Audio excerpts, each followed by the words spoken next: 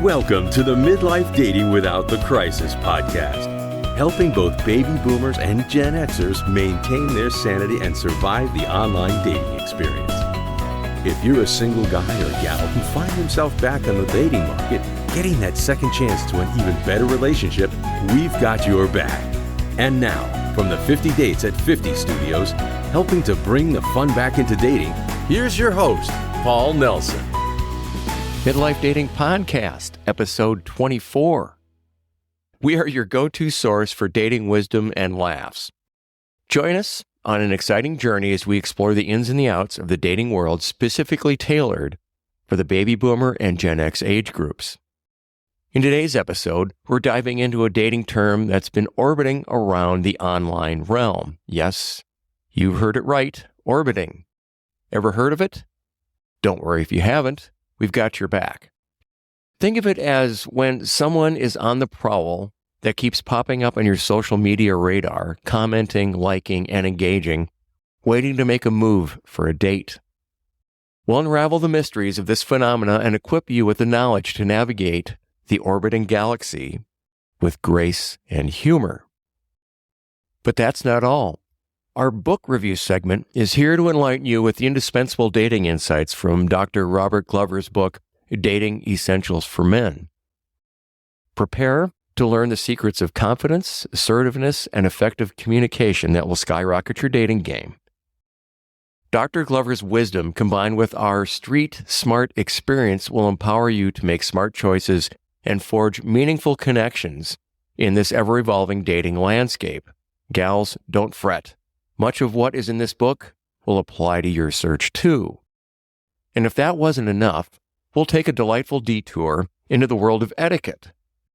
Join us as we explore the dinner invitation as recommended by the US Navy's unclassified training film from 1965, Blondes Prefer Gentlemen.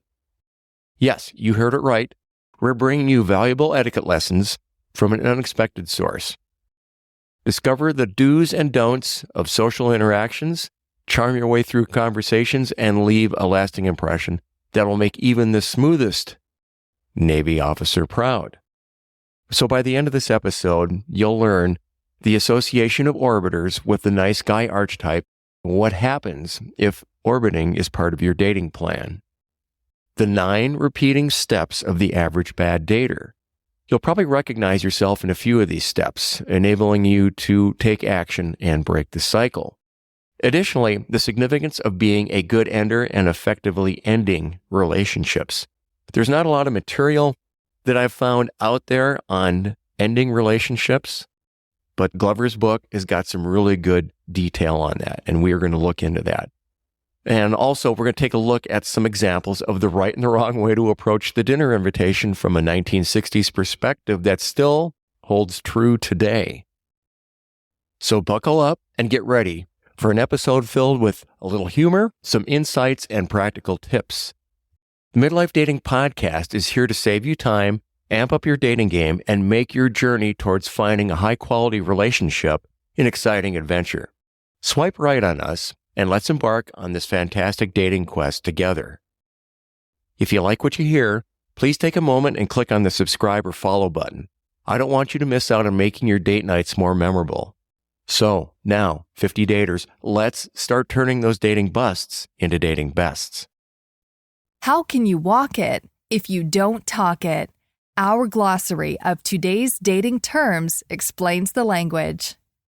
Orbiter.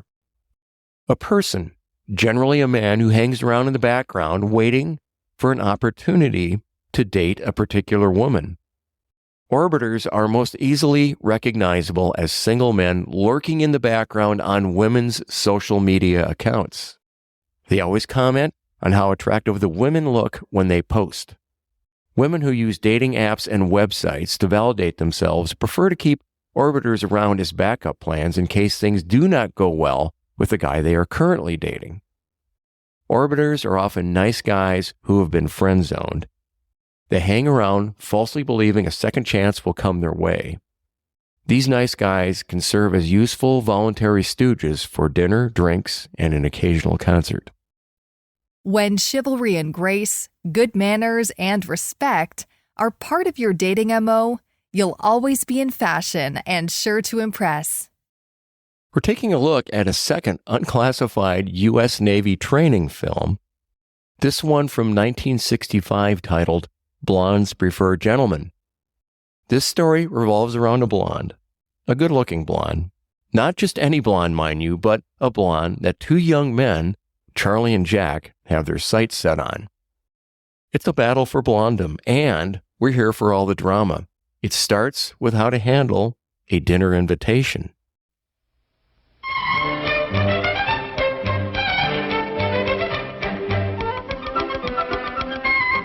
This is a story about a blonde, a good-looking blonde, a young midshipman, we'll call him Charlie, who would very much like to know the blonde better, much better.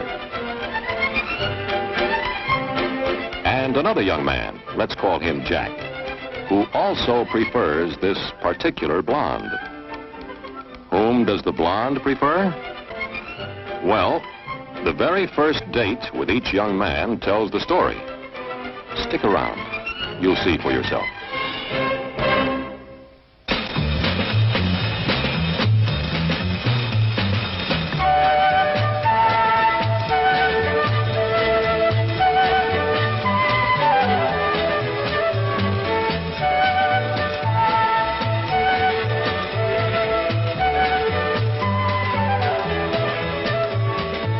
When Charlie gets an invitation to dinner from an officer and his wife, he figures this is just the chance he's been waiting for to impress that blonde.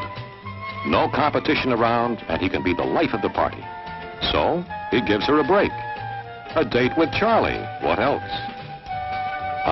Charlie, aren't you going to acknowledge the invitation? Well, guess not. Anyway, that's how Charlie's first date began. Let's see what happened with Jack. A week or so later, Jack receives an invitation to dinner from the same officer, including a date also. Whom does Jack call? Sure he did. And did he get the date? What do you think? Jack. Jack, come out of it, boy. That's better. He's writing to the hostess, accepting the invitation. This should be done within a day or so for all invitations. In the case of an RSVP written on the invitation, it is mandatory. Of course, a telephone call would be acceptable, a brief note on your calling card, or in person. The point is to answer the invitation as quickly as possible, usually in the same manner the invitation is extended. So, Jack is off to a good start. Now let's see how old Charlie carries off his big date.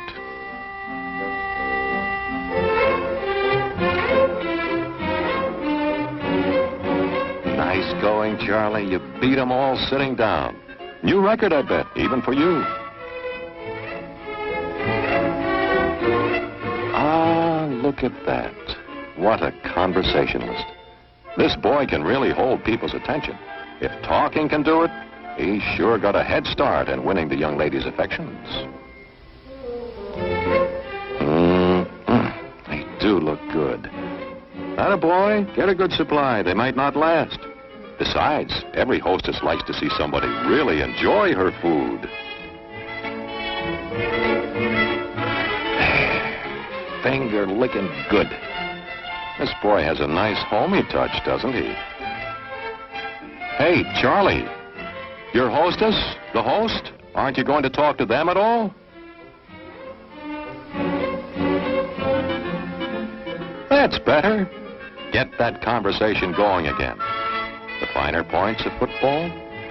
There you are. The girls will enjoy that subject, particularly when you tell them your theory about Army winning the next game. Charlie seems to be a real hit, doesn't he? Well, a polite host and hostess, or even a date for that matter, always appear to enjoy themselves. Let's stop right here. Before we go on to dinner, let's see how things went with Jack.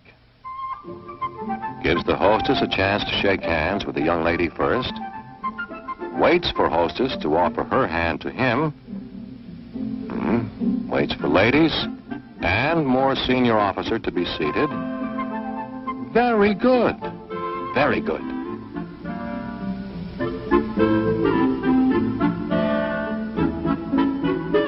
Now, that's more like it. One at a time.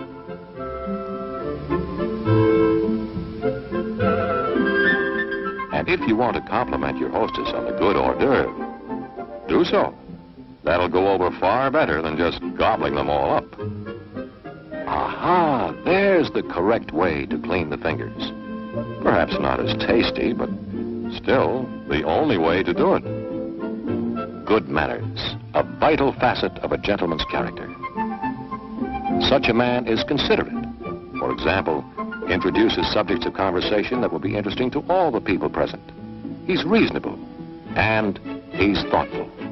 Suppose his companion doesn't know the company. He would recognize a possible feeling of shyness and take care to draw her into the conversation. Jack? Well, he may not be the center of attention that Charlie was, but he certainly does seem to be more considerate, more reasonable, and more thoughtful. And you know what? The party seems to be a bit more fun for everybody. Today's special is a dating relationship book review with need-to-know dating takeaways. Dating Essentials for Men by Dr. Robert Glover. In his previous book, No More Mr. Nice Guy, Dr. Glover did an outstanding job of identifying nice guy behavior in men and how destructive it is. It's also important to note that women can also demonstrate nice guy behavior.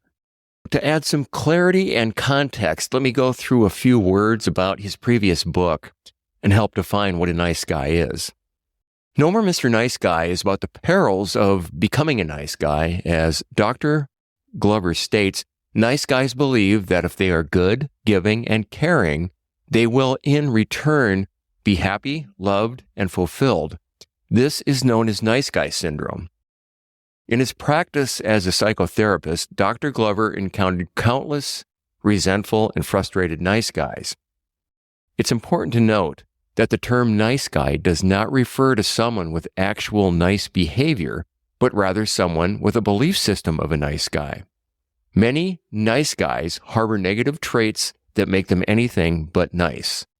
Some of these nice guy traits include being manipulative, being passive-aggressive, being controlling, giving to get, having deep masked rage, and having problems with intimacy and sexual relationships. Nice guys tend to go from one extreme to the other. They are also looking for something to fix, especially when it comes to women. Nice guys will fall all over themselves to please the women they are dating. The women will become their projects, and nice guys will drop everything for those women's attention. This is known as caretaking. The review of No More Mr. Nice Guy was back on episode 5 of the Midlife Dating Podcast, and the written version is on the 50 Dates at 50 website under Dating and Relationship Books. So back to the current review. Dating Essentials for Men is a natural progression for men to go from being bad daters, typical of nice guys, to confident good daters. While written for men, there is a lot of good material in this book that can also help women. In his counseling practice, Dr. Glover has found that his clients consist of 2 categories. Category 1 is men who have not dated well, had few girlfriends, and have little to no sex. Category 2 is men that have recently gotten out of a long-term relationship and are back in the dating world for the first time in several years. His material will decidedly help men and women identify their dating goals and face their dating fears, enabling them to learn valuable dating skills and challenging them to act and practice these new skills. The essentials are composed of 2 parts. Part number 1 is about mastering your mind. Robert points out the many lies our minds tell us about ourselves as men. When it comes to dating and relationships, many recovering nice guys have an array of self-limiting beliefs, consisting mainly of an underlying fear of rejection and lack of an abundance mentality. Robert explains that men will naturally attract women by concentrating on traditional role models and playing toward that. The theory of attraction is also discussed on what men can do to make it naturally work for them. Part number 2 has to do with putting things into practice, a plan or a set of steps anyone can take. The steps are broken down into small, bite-sized portions, thereby enabling easy integration in your day-to-day life. Robert also outlines common mistakes men make in dating and how to eliminate them, covering the finer details that women notice in styling, grooming, and etiquette. Lessons that men can learn from natural players, like learning how to banter and flirt, and how to define what it is you are looking for in a really great woman. There is an entire chapter on being a good ender, the crucial skill of properly breaking up. Secret: it's easier than you think for a variety of reasons. One of the book's best mental workouts is the committing to going out with 12 women in 12 weeks exercise. Any man is capable of doing this. It parallels with the 50-dater mindset in regards to testing the waters. You have to be okay with dating more than one woman at a time because there will be some overlap. Differentiation versus fusion is also well covered. These are two terms that we've went through in earlier podcasts. 50 daters need to understand this concept of differentiation versus fusion, which is one of the most underrated topics in relationships. Finding good information on this topic is a challenge outside of written books. Also in the book, the section on the paradigm effect and how it relates to dating has great merit. This is how you seek information to support your self-limiting beliefs and ignore or minimize information that contradicts those beliefs, and shifting the paradigm to choose a woman that chooses you. What's the Midlife Dating Podcast take on this? Dating Essentials' reoccurring theme goes nicely with the Midlife Dating Podcast mindset: self-improvement and personal growth through minor adjustments. Just by making a few fine adjustments, you can see significant positive changes in your dating life. Like many of the books reviewed here, there's not enough room to cover all the detailed information. It's well written and very comprehensive. My outline notes for this review cover 56 pages, so this only scratches the surface. Regardless if you're a guy who's an experienced dater or just getting back into the dating game, you'll find dozens of practical things you can immediately start to use. Why do listeners of the Midlife Dating Podcast need to read this book? Well, I'm going to highlight 3 beneficial insights I found in this read. The exciting thing here is that they pretty much apply to both men and women. The first beneficial insight I'm going to talk about is the bad dater cycle. The book slowly covers each step. By the time that you get to the fully laid out cycle, not only will you easily recognize things that you are or were doing wrong in many of the steps, you'll also know what to do to break the cycle at multiple points. Here is how the average bad dater approaches dating. Step number 1, he has absolutely no plan or idea what he is looking for. He just knows he is lonely and he believes a girlfriend is the answer to what ails him. Step 2, if he is lucky, he meets a woman who shows some interest in him. Step 3, if she isn't too unattractive, or too attractive for that matter, he works up the nerve to ask her out. Step number 4, he does his best to make a good impression. Step number 5, if they seem to hit it off, he starts chatting with her on the phone and emailing on a daily basis. Step number 6, he starts to see her as often as he can and gives up most of the things that are important to him in order to be with her. Step number 7, if she is willing, they typically start having sex after just a few dates.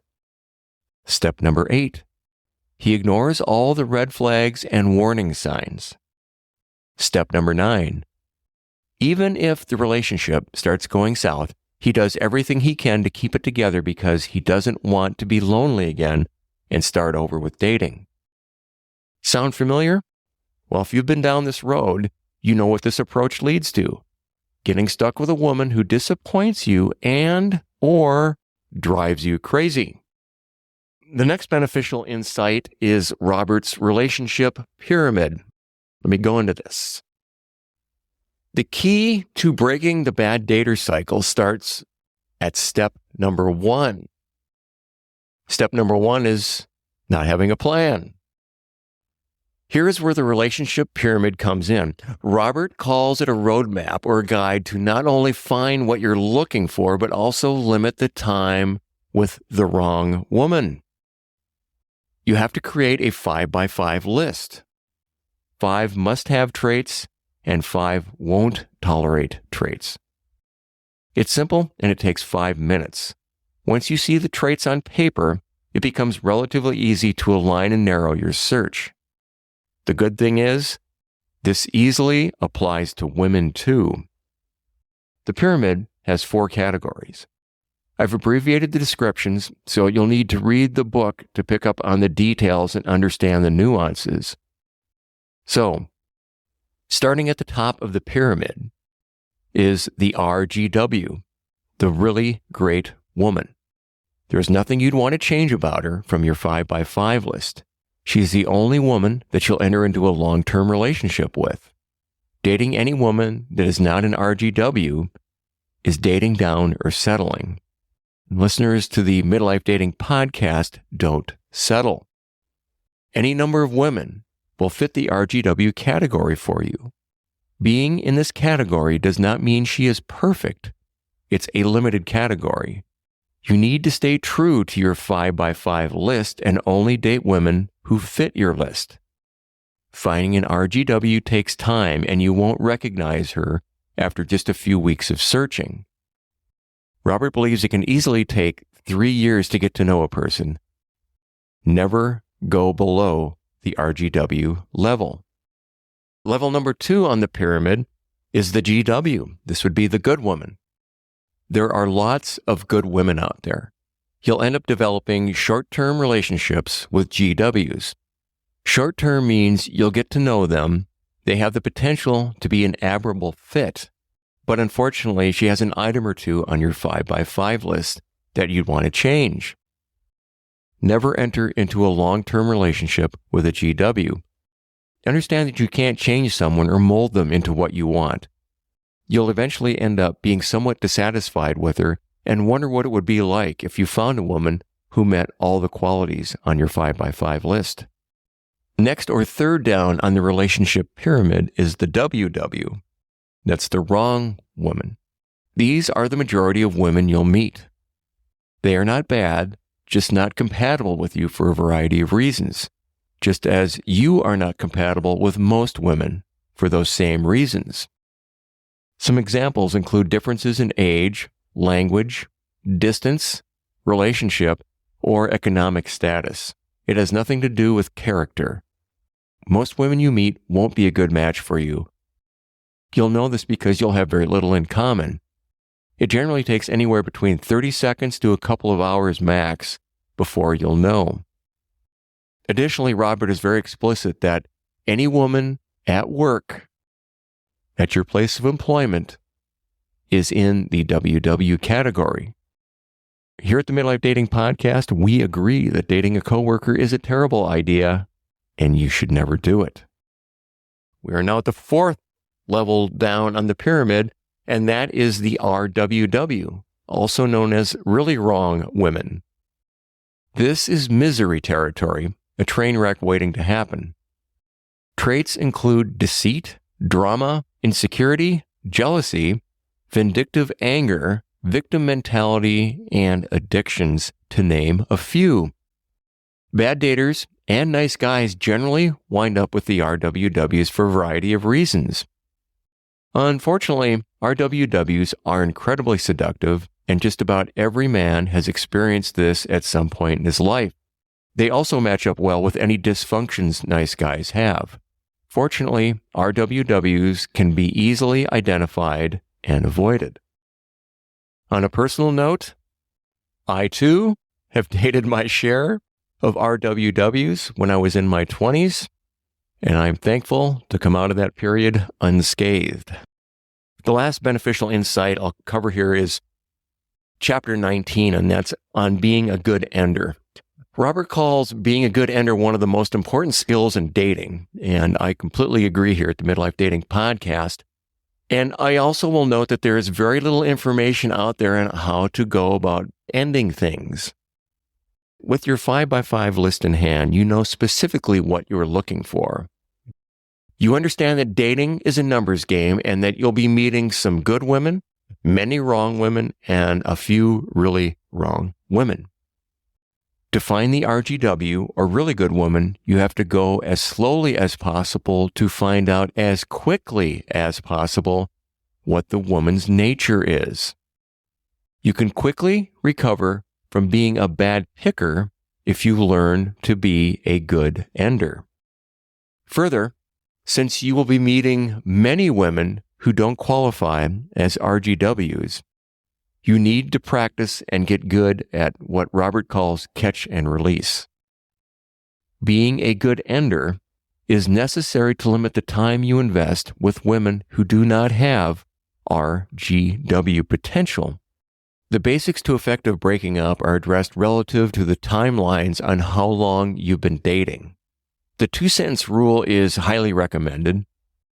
Whatever needs to be said can be said in 2 sentences or less.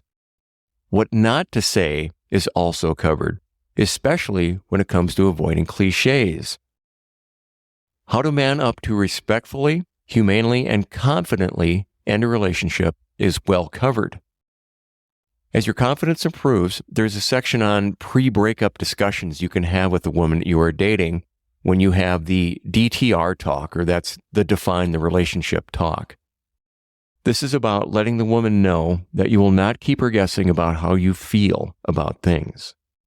And so ends my review on dating essentials for men, which, as I said in the beginning, women can also apply much of what's in this book. What did we learn in today's episode? Starting with orbiters, and I got to admit, I'm squeezing quite a bit out of one glossary term here, but this is pretty simple. For the gals, having orbiters as a backup dating plan is like having a pantry stocked full of expired food. It's time to clean out your dating fridge and give genuine connections a chance to flourish. For the guys, if orbiting is part of your dating plan and you don't mind being an occasional stooge, at least make sure the concert tickets are worth it. Remember, you're providing background entertainment, so enjoy the show while it lasts. From Blonde's Preferred Gentleman. Lesson learned from Charlie's finger licking. Eating with enthusiasm is great, but remember, engage in conversation and not treat food as if it was your only date for the evening. What we learned from Jack is being considerate and thoughtful can make you the life of the party, even if you're not the center of attention. Plus, everyone will have more fun and they'll feel included, except for that tasty chicken wing. From Dating Essentials for Men. And again, much of what is in this book will also apply to the gals. Starting with, if you're a bad dater stuck in a cycle, it's time to break free and stop getting stuck with their disappointing and crazy partners. The first step is realizing you need a plan beyond I'm lonely, so any girlfriend will do. We learned that the relationship pyramid helps us find the really great woman, or the RGW, and avoid the really wrong women, and those are the RWWs. Remember, settling for anything less than an RGW, really good woman, is like ordering a pizza with a topping or two that you don't like. Additionally, Mr. Glover talks about not dating coworkers. According to Robert, they're automatically categorized as wrong women, or WWs. Mixing work and romance is a recipe for disaster. And we completely agree with that here at the Midlife Dating Podcast. Finally, being a good ender is a crucial skill in dating. It's like being a ninja of breaking up. Quick, efficient, and leaving no cliches behind. Remember, 2 sentences or less, because nobody wants a breakup essay. So here at the Midlife Dating Podcast, we're all about providing our listeners with as much value as possible. Please message me at questions@50datesat50.com if you have any dating topics you'd like me to cover, or if you have any questions or comments. The email address is in the show notes. We'll end this episode with a little bit of dating humor, with an anonymous online joke. And it goes like this. I just started up a dating site for chickens. It's not my normal day job. I'm just doing it to make hens meet. Okay, guys and gals, it's been fun, and I look forward to being with you on the next episode to take your dating experience from a bust to a best. And that's a really good place to be.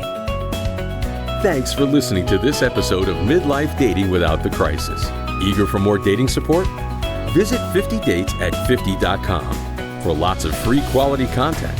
Get access to dating and relationship commentary, advice, Q&A, funny stories, movie and book reviews, along with other resources to help 50 daters sort out the pretenders and find quality dating and relationship-minded people. And remember to subscribe so you don't miss an episode.